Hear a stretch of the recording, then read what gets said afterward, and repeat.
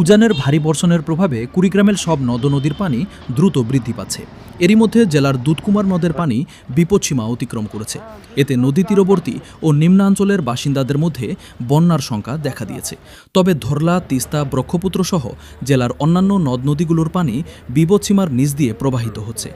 রাত থেকে কুড়িগ্রাম শহর ও তার আশেপাশে অবিরাম বৃষ্টি প্রবাহিত হচ্ছে।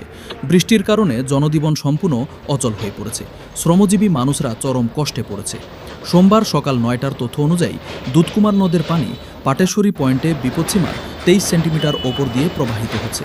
পানি দ্রুত বাড়তে থাকায় নদী তীরবর্তী ও চরাঞ্চলের নিম্নাঞ্চলগুলো প্লাবিত হতে শুরু করেছে, যা স্থানীয় বাসিন্দাদের মধ্যে তীব্র উদ্বেগ সৃষ্টি করেছে। কুড়িগ্রাম পানি উন্নয়ন বোর্ডের নির্বাহী প্রকৌশলী রাকিবুল হাসান বলেন, উজানে ভারী বৃষ্টিপাতের কারণে কুড়িগ্রামের সব নদ নদীর পানি বৃদ্ধি পাচ্ছে। এর মধ্যে দুধকুমার নদের পানি ইতিমধ্যে বিপদসীমা অতিক্রম করেছে।